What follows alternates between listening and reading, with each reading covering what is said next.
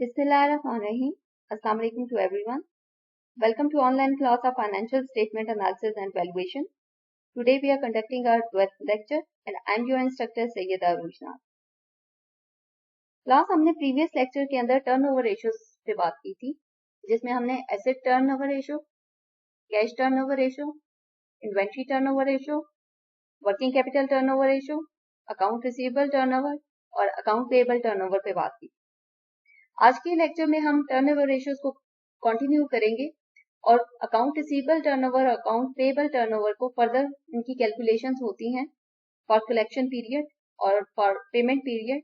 तो उसको हम डिस्कस करेंगे और जो कंपोनेंट्स इसके अंदर इन्वॉल्व हैं उन पे बात करेंगे। अकाउंट रिसीवेबल टर्नओवर और डेटर्स टर्नओवर, ये इसके दो नाम हैं, एक ही बात है, अकाउंट रिसीवेबल टर्नओवर कहें या डेटर्स टर्नओवर कहें। Usually account receivable turnover use होती है to determine the efficiency of collection of your money against your sales, कि जहां पे आपने जो क्रेडिट पे सेल्स की हैं तो उनकी अमाउंट आपको कितने टाइम पीरियड के अंदर आप उसको रियलाइज कर लेते हैं या कितने टाइम पीरियड के अंदर आपको रिसीव होती है, तो उसकी कैलकुलेशन के लिए हम अकाउंट रिसीवेबल टर्नओवर रेशियो रखते हैं। और इसके लिए क्योंकि हमने जो बाकी टर्नओवर रेशियोज पढ़ी हैं, हमने देखा कि वहां पे हम नेट सेल्स की वैल्यू लेते हैं। Since account receivable is against the credit sales, तो यहाँ पे हम नेट सेल्स नहीं लेंगे, यहाँ पे हम क्रेडिट सेल्स लेंगे। और यूजली क्रेडिट सेल्स, जब कंपनी क्रेडिट सेल्स करती है तो वो अपनी इनकम स्टेटमेंट के अंदर उसको मेंशन करती है और आपकी ग्रॉस सेल्स में से आपकी क्रेडिट सेल्स को माइनस करके नेट सेल्स की वैल्यू आती है, तो वहां से आपको क्रेडिट सेल्स की इंफॉर्मेशन मिल जाएगी, उसकी वैल्यू मिल जाएगी, जहां पे आप अकाउंट रिसीवेबल टर्नओवर की रेशियो कैलकुलेट करेंगे। और इसको उसके बाद फिर आप एवरेज अकाउंट रिसीवेबल की वैल्यू लेंगे और ये बैलेंस शीट का कंपोनेंट है। अकाउंट रिसीवेबल आपके एसेट साइड पे, आपके करंट एसेट्स के अंदर अकाउंट रिसीवेबल्स होते हैं, अगर आप with in 1 year time period है उनका, तो यूजली अकाउंट रिसीवेबल एवरेज इसका लेंगे क्योंकि इसके दो कंपोनेंट्स होते हैं, डेटर्स और बिल रिसीवेबल। अगर तो अच्छा, इसमें भी अकाउंट रिसीवेबल जो आपके डेटर्स होते हैं, अगर तो आपके डेटर्स जो हैं आप ट्रस्टवर्दी हैं और आपको टाइमली पेमेंट कर देते हैं, तो फिर तो आप डेटर्स की ही कैटेगरी के अंदर उसको मेंशन कर देते हैं। लेकिन अगर आपको लगता है कि आपके डेटर्स जो हैं वो पेमेंट डिफॉल्ट कर जाएंगे या वो आपको डर है कि बैड डेट्स हो जाएंगे, तो आप क्या करते हैं कि उनसे बिल साइन करवाते हैं। और ये बिल रिसीवेबल की with the name of bill receivable आपकी बैलेंस शीट के अंदर मेंशन होती है ये वैल्यू, कि जब आपने अपने डेटर्स से बिल साइन करवाए होते हैं। इसको हम बिल ऑफ एक्सचेंज भी कहते हैं, कि बिल ऑफ एक्सचेंज ये होता है कि usually written form of document होता है जो कि जिसमें आप ये मेंशन करते हैं कि इतनी अमाउंट की सेल्स आपने इस पर्सन को क्रेडिट पे की हैं और ये पर्सन आपको इतने टाइम पीरियड के अंदर पेमेंट कर देगा, और उस पे आप सारी डिटेल उसकी मेंशन होती है, डेट मेंशन होती है। तो ये बिल की उस टाइम तक वैल्यू नहीं होती जब तक आपका जो कस्टमर है, जो डेटर है, जिसने आपसे क्रेडिट पे गुड्स परचेज की हैं, तो वो उस पर साइन ना कर दे। तो आप उस बिल ऑफ एक्सचेंज को साइन करवाते हैं अपने डेटर से और फिर आप वो बिल अपने पास में रख लेते हैं और वो फिर उसकी लीगल वैल्यू हो जाती है उस बिल की, कि वो कस्टमर जो है या जो आपका डेटर है उसने आपको वो पेमेंट हर सूरत करनी है। अगर वो नहीं करेगा तो आप इस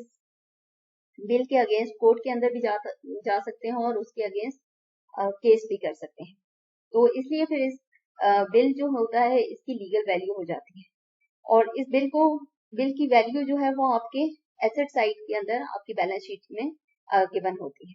अगर तो आपको डेटर की वैल्यू भी गिवन है और बिल रिसीवेबल की वैल्यू भी गिवन है, तो फिर तो आप इसका एवरेज फर्दर नहीं लेंगे। लेकिन अगर आपको सिंपल एक डेटर जो है वो मेंशन है, डेटर्स के साथ आपकी उसकी वैल्यू मेंशन है और बिल रिसीवेबल नहीं है, या बिल रिसीवेबल है और डेटर नहीं है, तो फिर आप ओपनिंग क्लोजिंग बिल रिसीवेबल और जो कि आपका उस साल के अंदर और जो ओपनिंग बिल रिसीवेबल की वैल्यू होगी, जो प्रीवियस साल की क्लोजिंग वैल्यू होगी, वो आपके नेक्स्ट ईयर की ओपनिंग वैल्यू होगी, उन दोनों वैल्यूज का एवरेज लेंगे और फिर 2 से एवरेज लेके तो उसकी वैल्यू आप जो है वो एवरेज अकाउंट रिसीवेबल की इस फार्मूला के अंदर डाल देंगे और आपकी कैलकुलेशन हो जाएगी अकाउंट रिसीवेबल टर्नओवर रेशियो की। तो इस तरह आप अपने अकाउंट रिसीवेबल टर्नओवर को कैलकुलेट कर सकते हैं और ये इंफॉर्मेशन आपको देगा कि कितने टाइम पीरियड के अंदर कितने एफिशिएंटली कंपनी जो है वो अपनी कलेक्शंस करती है, रिसीव करती है, अपनी जो अकाउंट रिसीवेबल है उसको रिसीव करती है। लेकिन फर्दर हमने अगर ये देखना है कि कितने दिनों के अंदर करती है, कितने महीने के अंदर करती है, या कितने हफ्तों के अंदर करती है, तो उसके लिए हमें फिर फर्दर कैलकुलेशन इसकी करनी होती है, जिसको हम ये कहते हैं average collection period. Since account receivable is about collecting money, तो इसको हम एवरेज कलेक्शन पीरियड कहते हैं और ये मेजर करता है कि कितने दिन के अंदर फर्म जो है ऑन एवरेज कितने दिन के अंदर फर्म जो है वो अपने रिसीवेबल्स को कलेक्ट करती है। और ये भी फर्म की एफिशिएंसी को ही मेजर करता है कि उसकी कलेक्शन प्रोसेस जो है वो कितना एफिशिएंट है, और जितना कम टाइम पीरियड के अंदर आप अपने रिसीवेबल को रिसीव करते हैं उतना ही आपका जो कैश साइकिल है वो शॉर्टर होता है और उतना ही आपके लिए बेहतर होता है कि आप उसको, क्योंकि कैश आपके साइकिल के अंदर वापस आ जाता है, उसको आप री इन्वेस्ट करते हैं, वो आपका रेवेन्यू का पार्ट है, उसको आप री इन्वेस्ट करते हैं और इस तरह फिर आपका एक साइकिल जो है वो चलता रहता है एंड उसका फिर पॉजिटिव इम्पैक्ट होता है आपकी प्रॉफिटेबिलिटी के ऊपर। तो हम एवरेज कलेक्शन पीरियड को कैसे कैलकुलेट करते हैं कि यूजली फॉर्मूला इसके लिए ये होता है कि 365 divided by account receivable turnover, कि यहाँ पे जो प्रीवियस यहाँ पे हमने अकाउंट रिसीवेबल टर्नओवर रेशियो जो निकाली थी उसकी जो वैल्यू होगी वो यहाँ पे हम एवरेज कलेक्शन पीरियड में अकाउंट रिसीवेबल टर्नओवर के अंदर उसकी वैल्यू डालेंगे जो हमने प्रीवियस कैलकुलेट की है। और अगर हमने दिनों के अंदर इसको करना है, कैलकुलेशंस इसकी देनी है आंसर, तो 365 divided by account receivable turnover. और अगर हमने मंथ्स के अंदर इसको बताना है तो हम ये करेंगे कि 12 divided by account receivable turnover, तो मंथ्स के अंदर हमारे पास आंसर आएगा। और अगर हमने वीक्स के अंदर बताना है तो हम 52 divided by account receivable turnover करेंगे, तो हमारे पास वीक्स के अंदर आंसर आएगा कि आपने इतने वीक्स के अंदर करना है। अगर हम रिक्वायर्ड आंसर जो है वो वीक्स के अंदर चाहिए। तो इस तरह हम एवरेज कलेक्शन पीरियड जो है वो कैलकुलेट कर लेते हैं और कंपनीज को आइडिया हो जाता है कि उनकी जो टोटल रिसीवेबल्स हैं वो कितने टाइम पीरियड के अंदर, अभी कितने दिनों के अंदर उनको मिल जाएगा, या कितने हफ्तों के अंदर या कितने महीनों के अंदर उनकी अमाउंट उनको वापस मिल जाएगी। लाइक द स्टूडेंट्स, जैसे अकाउंट रिसीवेबल टर्नओवर होता है इसी तरह अकाउंट पेबल टर्नओवर भी होता है और ये मेजर करता है कि आप एक कंपनी जो है वो कितनी एफिशिएंटली अपनी पेमेंट्स कर रही है, अपने पेबल्स को पे कर रही है।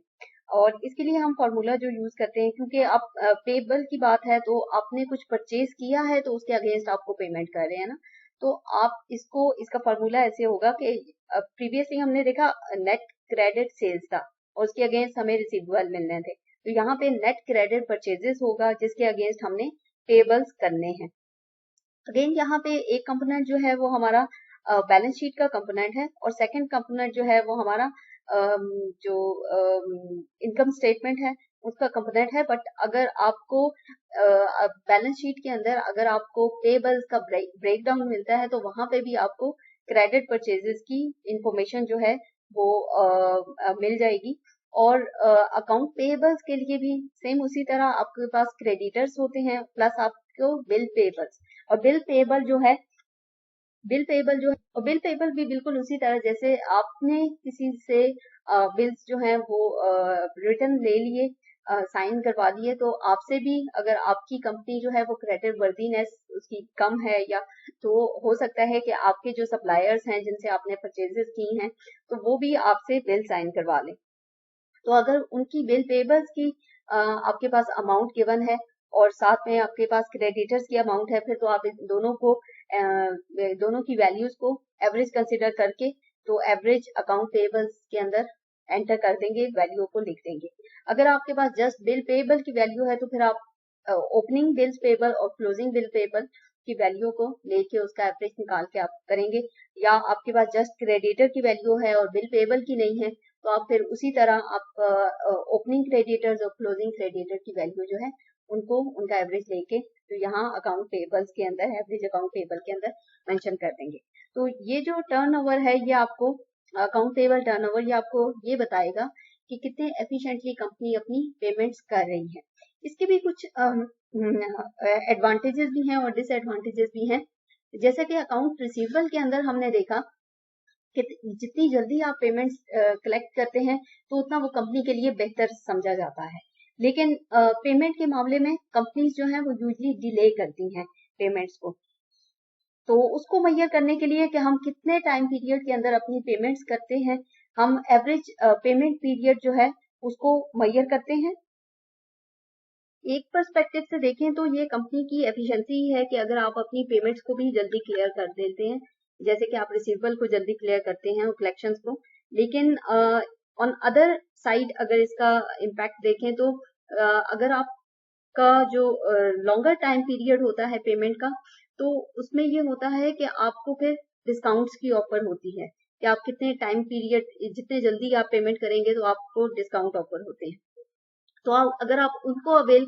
करना चाहते हैं डिस्काउंट्स को, तो आपका टाइम पीरियड पे यूजली कंपनीज जो हैं वो लेंथी टाइम पीरियड्स को प्रेफर करती हैं और फिर उसके अगेंस्ट आपको डिस्काउंट ऑफर होते हैं और आप उन डिस्काउंट्स को अवेल करते हैं। लेकिन अगर आप जल्दी जल्दी अपनी पेमेंट्स कर लेते हैं तो ये भी कंपनी की क्रेडिट वर्दीनेस है को शो करता है कि कंपनी जो है वो अपनी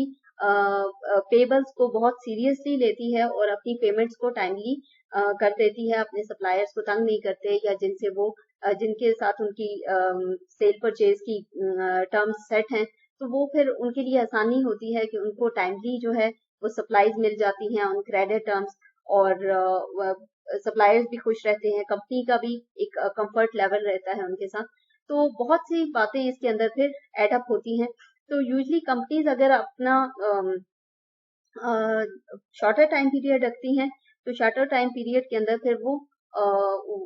फुल एडवांटेज नहीं ले सकती डिस्काउंट का। लेकिन अगर वो लॉन्गर टाइम पीरियड रखती हैं तो फिर उनको डिस्काउंट्स ऑफर होते हैं। लेकिन शॉर्टर टाइम पीरियड का आपको फायदा ये होता है कि आपकी कंपनी की एक अच्छी रेपुटेशन बनती है क्रेडिट के हिसाब से, कि आप इतने क्रेडिट वर्दी हैं, ट्रस्ट वर्दी हैं कि आप अपनी पेमेंट्स को टाइमली जो है वो कर देते हैं। इसके लिए हमारे पास सेम उसी तरह जैसे हम एवरेज कलेक्शन पीरियड को कैलकुलेट करते हैं, हमारे पास एवरेज पेमेंट पीरियड की कैलकुलेशन भी उसी तरह है कि जो हमें प्रीवियस यहाँ पे हमने कैलकुलेट किया था अकाउंट पेएबल टर्नओवर रेशो, तो इसके जो आंसर होगा उसकी बेस के ऊपर हमने एवरेज पेमेंट पीरियड को पेमेंट पीरियड जो है वो कैलकुलेट करना है। तो उसके लिए अगर हमें डेज के अंदर आंसर चाहिए तो हम 365 divided by account payable turnover करेंगे। अगर हमें मंथ्स के अंदर चाहिए तो हम करेंगे 12 divided by account payable turnover, और अगर हमें वीक्स के अंदर आंसर चाहिए तो हम 52 divided by account payable turnover करेंगे। तो इस तरह जो आंसर आएगा, मंथ्स के अंदर हो, डेज के अंदर हो या वीक्स के अंदर हो, वो हमें ये एवरेज बता देगा कि इतने टाइम पीरियड के अंदर आप इतने कैपेबल हैं कि आप अपनी पेमेंट्स जो है वो कर सके। तो उससे फिर आसानी ये होती है कि आपको आइडिया होता है कि इस टाइम पीरियड तक आपकी ये लाइबिलिटीज जो हैं ये भी कवर हो जाएंगी, और फिर आप फर्दर जो आपके लाइबिलिटी के हिसाब से, जो पेमेंट के हिसाब से डिसीजंस होते हैं, फिर आप उनको कंसिडर करते हैं। तो होपफुली आपको अब ये रिसीवेबल टर्नओवर और पेएबल टर्नओवर टिल इसको हमने कंप्लीट कर लिया कि इसके एवरेज टाइम पीरियड भी फाइंड आउट कर लिए। तो होपफुली आपको ये लेक्चर जो है इसकी अंडरस्टैंडिंग कंप्लीटली हो गई होगी। Any question and queries regarding this lecture are most welcome. Thanks for joining. अल्लाह हाफिज।